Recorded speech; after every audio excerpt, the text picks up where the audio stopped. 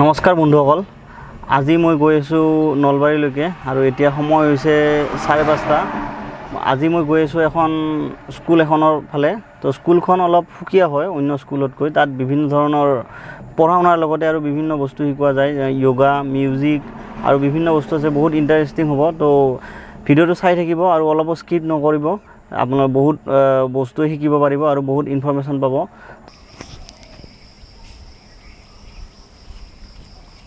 এইখনে হৈছে শিক্ষানুষ্ঠান, নলবাৰী চহৰৰ মাজমজিয়াৰে থকা আনন্দ বিদ্যা নিকেতন।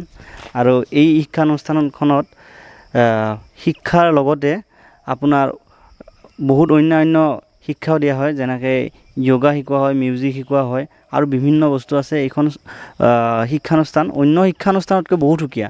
সেইকাৰণে মই আজি এইখন প্ৰতিষ্ঠানলৈকে আহিছোঁ আৰু আপোনালোকক আগলৈকে দেখাই আছোঁ কেনেকুৱা ধৰণে ইয়াত কাৰ্যসূচী চলে। এয়াই হৈছে বিদ্যা নিকেতন। এয়া আনন্দপুৰম যোগ আৰু শিক্ষা প্ৰকৃতি চিকিৎসা কেন্দ্ৰ। এতিয়া য়োগা চলি আছে, বেছি কথা ক'ব দিগদাৰ হয়। আপোনালোকক মই ভিতৰত দেখাই আছোঁ গোটেই সেইখিনি। এইখিনি ৰাতিপুৱাৰ সময়। এতিয়া বন্ধুসকল, বলকচোন ভিতৰত কেনেকৈ কাৰ্যসূচী আৰম্ভ হয় আমি দেখাম। এই অনুষ্ঠানখন য়োগাৰে আৰম্ভ হয় ৰাতিপুৱা, আৰু তাৰপিছত বিভিন্ন কাৰ্যসূচী আগবাঢ়ে। পাঠদানৰ পৰা আৰম্ভ কৰি বিভিন্ন অনুষ্ঠান সিহঁতে আগবঢ়াই লৈ যায়। তো খুব ভাল লাগে, খুব ভাল লগা এটা পৰিৱেশ।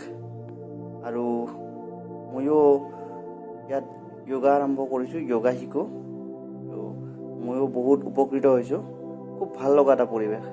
তো আপোনালোকে আহিব পাৰে। মই ডিছক্ৰিপশ্যন বক্সত চবখিনি দি দিম, তেখেতৰ গুৰুজীৰ নাম্বাৰ। তো আপোনালোকে যোগাযোগ কৰিব পাৰিব আৰু আপোনালোকে ইয়াৰ পৰা উপকৃত হ'ব পাৰিব।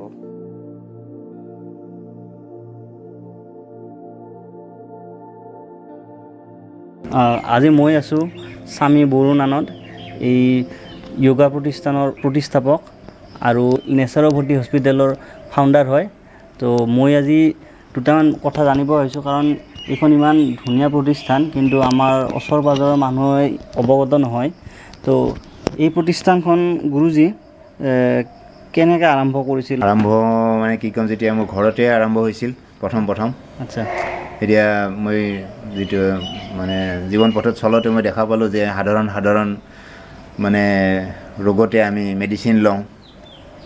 মেডিচিন লৈ পেলাই আমাৰ গোটেই কিয়ৰ নহয়, আৰোগ্য নহয়। এটা মেডিচিনৰ ৰিয়েকশ্যনৰ ফলত আকৌ এটা বেমাৰত ভুগো আমি দেখা পাওঁ সচৰাচৰ। মেডিকেলত নিজৰ অঙয়বিলাকৰ খবৰ ল'ব যাওঁতে দেখা পাওঁ যে সাধাৰণ ৰোগ এইবিলাক অকণমান ফুড হেবিটটো, খাদ্য পদ্ধতিটো অলপ সলনি কৰি দিলে বা দুই এটা সাধাৰণ অলপ প্ৰাণায়াম বা আসন কৰিলে ঠিক হৈ যায়। তো তেনেকুৱাকৈ দেখি পেলাই মই মনত অলপ চিন্তা কৰি বিভিন্ন ঠাইত ঘূৰি বেকি এই নলেজটো লৈ মই এনেকৈ অনুষ্ঠান এটা খুলিম বুলি ভাবি পেলাই এই অনুষ্ঠানটো আৰম্ভ কৰিলোঁ। তো এইটোতো খোলাৰ সময়ত যথেষ্ট টকা পইচা দৰকাৰ হৈছিল, বা আপুনি কোনে সহায় কৰিছিল? আপোনাৰ আৰ্থিকভাৱে হওক বা যিখিনি আমাৰ ছাপোৰ্ট লাগে এইখিনি ক'ৰ পৰা পাইছিলে? এইখিনি ছাপোৰ্ট মানে আচলতে আমাৰ যিখিনি সহযোগী আছিল আমাৰ, দুই এজন সহযোগীয়ে আমাক প্ৰথম ছাপোৰ্ট কৰিছিল। আৰু যথেষ্ট কষ্ট কৰি আচলতে শূন্যৰ পৰাই এইখিনি কৰিব লগা হৈছে। মই সেইটোৱে ভাবিছোঁ। মই 2008 মই ইয়াত শিকিছিলোঁ। তো সেই সময়ত বহুতখিনি আছিল, এতিয়া বহুত ডাঙৰ হ'ল। তো ভাল লাগিছে অনুষ্ঠানখন দেখি পেলাই। আৰু গুৰুজী ইয়াত দিনটোৰ কাৰ্যসূচী কেনেকৈ ষ্টাৰ্ট হয়? যিহেতু মই জানাত ইয়াত আনুষ্ঠানিক শিক্ষা যিটো থাকে আমাৰ কাৰিকুলাম কোৰ্চ, সেইখিনিৰ লগতে আৰু য়োগা, মিউজিক বহুতখিনি ইয়াত শিকোৱা হয়। তো দিনৰ কাৰ্যসূচী বা কেনেকুৱাকৈ ষ্টাৰ্ট হয়? চাওক, এই অনুষ্ঠানটো হ'ল, মূল অনুষ্ঠানটোৰ নাম আমি আনন্দপুৰম। আমাৰ মানুহৰ লক্ষ্য আনন্দ প্ৰাপ্তি। গতিকে আমাৰ এই অনুষ্ঠানটোৰ নাম আনন্দপুৰম ৰখা গৈছে। আৰু সেই আনন্দপুৰমত এই যেতিয়া মই যোগাটো ট্ৰেইনিং দি আছিলোঁ, যোগা নিজেও শিকিছিলোঁ, মই সৰুৰ পৰা শিকাব পাৰিলে ভাল। তো তেনেকুৱাকৈ ভাৱটো ৰাখি পেলাই স্কুলখন খুলিলোঁ ইয়াৰ লগত আমাৰ এতিয়া অনুষ্ঠান আছে। প্ৰথম আনন্দ বিদ্যা নিকেতন থাকিল শিশুসকলৰ কাৰণে। এতিয়াতো আমাৰ হাই ছেকেণ্ডেৰী লেভেললৈ আমি খুলিছোঁ। বহুত ডাঙৰ হ'ল এতিয়া। তাৰপিছত আছিল আমাৰ সংগীতৰ কাৰণে, মানুহ এজনৰ বিকাশৰ কাৰণে যিখিনি লাগে গোটেইখিনি একেলগে দিবৰ চেষ্টা কৰা গৈছে।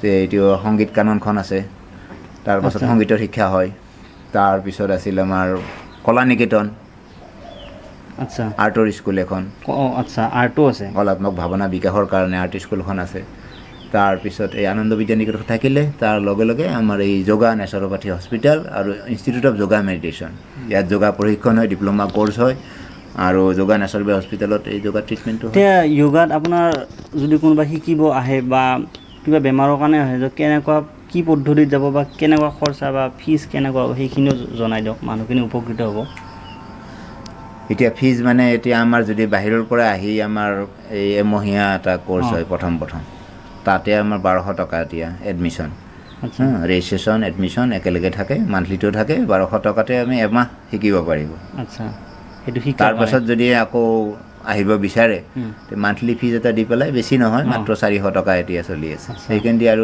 এমাহ আৰু এক্সটেণ্ড কৰিব পাৰি কিছুমানে ৰেগুলাৰ মান্থলি যদি কোনোবা এডমিশ্যন ফিজ 1200 টকা আৰু মান্থলি 400 টকা না সেই প্ৰথম সেই 1200 টকাতে আচ্ছা আচ্ছা আচ্ছা সেই 1200 টকাতে তে সেইখিনিত তাৰমানে আমাৰ জেনেৰেল কোৰ্চ তাৰমানে এখন বা হেৰি স্পেচিয়েল যদি কাৰোবাক আকৌ দিব লগা হয় থেৰাপি কিছুমান দিব লগা হয় সেইটোৰ কাৰণে আকৌ বেলেগ চাৰ্জ থাকে আৰু ইয়াত থকাৰো ব্যৱস্থা আছে ন হস্পিটেলখনত হস্পিটেলৰ কাৰণে তো সেইটোত কেনেকুৱা হয় সেইটোত তাৰমানে যদি দিনটোত ট্ৰিটমেণ্ট আৰু ৰুম তেতিয়া তেওঁৰ 600 টকা আচ্ছা আচ্ছা আৰু তাৰ খাদ্যটো বেলেগ খাদ্য কি খায় কিছুমানক ফ্ৰুইটছ দিওঁ ফল মূল দিয়া যায় চালাড দিয়া যায় সেইখিনি অকণমান মিলাই পেলাই খাদ্যটো কি এনেকৈ দিয়া যায় সেই খাদ্যৰ হিচাপটো পিছত কৰা যায় আচ্ছা এনে আপোনাক যিহেতু ইমান বছৰৰ অভিজ্ঞতা মই এটা নৰ্মেল এটা সাধাৰণ মানুহৰ কাৰণে খাদ্যত তালিকাটো কেনেকুৱা হ'ব লাগে তো কেনেকুৱা ধৰণৰ খাদ্য খালে আমি যাতে নৰ্মেলি মানুহ এটা সুস্থ থাকিব পাৰে কাৰণ আজি কিয় এইটো সুধিছোঁ আজিকালি খাদ্যৰ সেইটো বহুত বেলেগ বেলেগ খাদ্য ওলাইছে জাংক ফুড হওক বিভিন্ন ওলাইছে তো মানুহে গম নপোৱাকৈ এইবিলাক টেষ্ট ল'ব গৈ পেলাই বিভিন্ন বেমাৰ হোৱা দেখা পাইছোঁ খাদ্য চাওক আমি প্ৰায় এতিয়াই বুজিছোঁহে আমি কাৰণ আপুনি ইতিমধ্যে ক'লেই যে আমি এনেকুৱা ধৰণৰ এই জাংক ফুড বা এইবিলাক খাইছোঁ কথাটো কওঁতে নিশ্চয় আপুনি কিবা এটা বুজি বা জানিছে আমি হা কিন্তু এই জানিও আমি কিছুমান কৰিব পৰা নাই কি আমাৰ মাত্ৰ এই 2 ইঞ্চি জিভাখনত 2 ইঞ্চি এই 2 ইঞ্চিৰ কাৰণে আমি এই লম্বা ইঞ্চি আমি নষ্ট কৰি আছোঁ তাৰমানে জানে চাওক আজি প্ৰায় মানে 100 বছৰ আগতে হাতীয়ে কি খাইছিল বান্দৰে কি খাইছিল এতিয়াও এই জীৱ জন্তু এতিয়াও তেনেকুৱা খাদ্যই খাই আছে কিন্তু আমি মানুহে কি খাইছিলোঁ একেবাৰে এনচিয়েণ্ট সময়ত যেতিয়া আমাৰ খাদ্যৰ অভাৱ আছিল কিবা আছিল জীৱ জন্তুৰ দৰে জীৱ জন্তুও মাৰি খাইছিল তাৰপিছত ফল মূল বা গছ লতাৰ পৰা আমি যিখিনি আহৰণ কৰিছোঁ তেনেকুৱাও খাদ্য খাইছিল এতিয়া আমি এই জিভাৰ টেষ্টৰ কাৰণে বিভিন্ন ধৰণৰ আৰু কিবা কেমিকেল ব্যঞ্জন এইবিলাক ব্যৱহাৰ কৰি পেলাই আমি খাদ্য খাবলৈ লৈছোঁ তেতিয়া আমি কি হয় যিখিনি আমাৰ টেষ্টটো বঢ়াই লৈছে আননেচাৰেলি লৰাই পেলাই আমি বেছিকৈ খাব পৰা হৈছোঁ বেছিকৈ খাইছোঁ যিটো নেকি বডি আচলতে সেইটো হেৰি কৰিব নোৱাৰে বডি সেইখিনি নালাগে এক্সট্ৰা আমি ফুড খাইছোঁ আৰু কুক ফুড আমাৰ বেছিকৈ খাইছোঁ যদি পুনৰ আকৌ আমি খাদ্য আমি সলনি কৰি লওঁ তেনেকৈ আমি আৰোগ্য লাভ কৰিব পাৰোঁ বহু বেমাৰৰ পৰা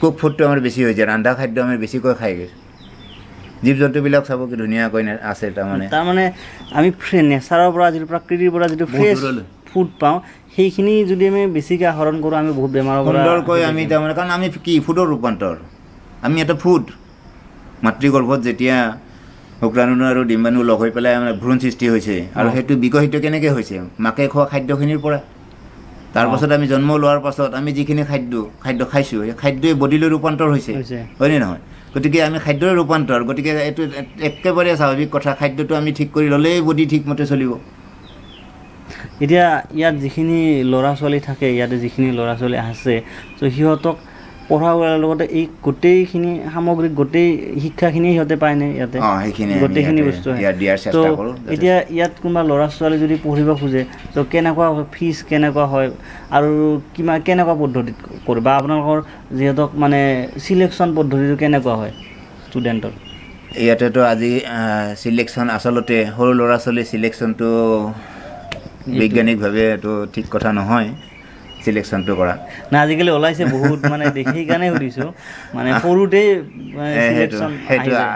সেইটো তেনেকুৱা আচলতে ঠিক নহয় এইটো এটা এইটো অপৰাধ বুলি মই কওঁ সৰুতে আমি চিলেকশ্যন কৰাটো আজিকালি এনেকুৱা হয় যে অমুকখনত অমুকৰ চিট নাপালে এইবাৰ নাপালে নাই সেইটো আচলতে সেইটো ঠিক নহয় ইয়াতে চিলেকশ্যন নহয় ল'ৰা ছোৱালীটোক আমি আনি পেলাই চাওঁ ঠিকে আছে নে নাই যদি মানে কিবা তেওঁৰ নেচাৰেলি কিছুমান প্ৰব্লেম থাকে প্ৰব্লেমেটিক চাইল্ড তাৰ ট্ৰিটমেণ্টটো হয়তো বেলেগকৈ ল'ব লাগিব এনেই ইয়াতে কোনো ইণ্টাৰভিউ তেনেকুৱা নহয় মাক দেউতাকৰ লগত অলপ সাক্ষাৎকাৰ হোৱা যায় ল'ৰাটো অকণমান চোৱা যায় কিবা মানে ডিফৰ্মিটি আছে নেকি সেইখিনি চোৱা যায় কেৱল এনেই নৰ্মেল যিটো আমাৰ আপুনি হাই ছেকেণ্ডাৰীলৈকে আছে যেতিয়া সৰুৰ পৰা যেতিয়া পঢ়িব তো তেতিয়া নৰ্মেল এডমিশ্যন হয় আৰু হয় কিন্তু ওপৰৰ শ্ৰেণীত তাৰমানে তাৰ টেষ্ট এটা লোৱা যায় তলৰ শ্ৰেণীত নাযায় এতিয়া কি কেনেকুৱা আপোনালোকৰ মাচুল কেনেকুৱা হিচাপত কেনেকুৱা এইটো বেছি নহয় আমাৰ এইটো 3,000 পৰা 4,000 মানলৈ কেৱল এডমিশ্যনটো আচ্ছা আৰু বাকী মান্থলি ফিজটো 500ৰ পৰাই এই 500 750লৈ আছে ওপৰৰ শ্ৰেণীত মানে ওপৰৰ ফালে 750 আৰু এনে সাধাৰণ নৰ্মেলত সেই হয় 500 স্কুলৰ আচ্ছা আচ্ছা তো মই এই প্ৰতিষ্ঠানখনৰ চৌপাশটো মই দেখাই আছোঁ তো কিমান ধুনীয়া পৰিৱেশ চাব পাৰে গোটেইখিনি আপোনাৰ পৰিৱেশটো বহুত ধুনীয়া হয় নেক্সট মানে যিমানে বডিৰ ওচৰত মানে কম সময় লয় পেটৰটো এটা হেৰি বডিৰ স্কিনটো আৰু বেছি হেৰি না ৰিম'ট এৰিয়া এইবিলাক গুৰুজী নতুনকৈ খুলিছে এইবিলাকত কি হাই ছেকেণ্ডাৰী ছেকশ্যন নেকি ধুনীয়া পৰিৱেশ এটা ৰাতিপুৱাৰ ভাগত আহিছোঁ গতিকে ইয়াত ছাত্ৰ ছাত্ৰী অহা নাই এতিয়া মাত্ৰ 7টা বাজিছে কিন্তু ইয়াতে যেতিয়া ষ্টুডেণ্ট ইয়াতে থাকে ছাত্ৰ ছাত্ৰী আছে এইটো হৈছে লাইব্ৰেৰী হয় এইটো লাইব্ৰেৰী বাইদেউ ইয়াতে কিমানমান ষ্টুডেণ্ট আছে টোটেল এতিয়া 400মান আছে নেকি বৰ্তমান হয় নেকি মানে লকডাউনত কিছু গুচি গ'ল যে অঁ আৰু মানে চব হেৰি অকণমান দিগদাৰ হ'ল তো ভালেখিনি আছে বৰ্তমানো মিউজিকেল ৰুম মিউজিকেল ইনষ্টিটিউট এইফালেও আছোঁ এইফালে দেখা আচ্ছা আচ্ছা দেখাই দিয়ক প্ৰিন্সিপাল হয় প্ৰিন্সিপালৰ ৰুম এইটো হয় স্বামী বৰুণ আনন্দ গুৰুজীৰ লগত এইখিনি আছে সাক্ষাৎকাৰ আৰু আপোনালোকে সবিশেষ জানিব লাগিলে মই তেখেতৰ নাম্বাৰো দি দিম গোটেইখিনি জানিব পাৰিব আৰু এই স্কুলখনত আহক ল'ৰা ছোৱালী ইয়াতে অন্য প্ৰতিষ্ঠানতকৈ এইখন প্ৰতিষ্ঠান অলপ সুকীয়া আপোনালোকে গম পালে যে ইয়াত পঢ়া শুনাৰ লগতে আৰু বহুতখিনি বস্তু একেলগে শিকিব পাৰে আৰু এটা সমাজত প্ৰকৃত মানুহ হিচাপে প্ৰতিষ্ঠা হোৱাৰ কাৰণে এনেকুৱা শিক্ষানুষ্ঠানতে ল'ৰা ছোৱালী শিক্ষা গ্ৰহণ কৰাটো দৰকাৰ বুলি ভাবোঁ দ্বিতীয়তে আপোনালোকৰ বিভিন্ন ৰোগৰ সমস্যা থাকিলে বা আপুনি এনেকুৱা প্ৰতিষ্ঠানত আহিব পাৰে আপোনাৰ ইয়াতে য়োগা শিকাব বা নেচাৰেল ট্ৰিটমেণ্ট হয় গোটেইখিনি বস্তু ইয়াতে পাব গতিকে এইখিনি আছিল তো আজিলৈকে ইণ্টাৰভিউটো ইয়াত সামৰি পেলাই আপোনাক সকলোকে এটা পুনৰ নতুন এটা ভিডিঅ'ত লগ পাম তো এইখিনি কৈ আজি ভিডিঅ'টো সামৰিছোঁ ধন্যবাদ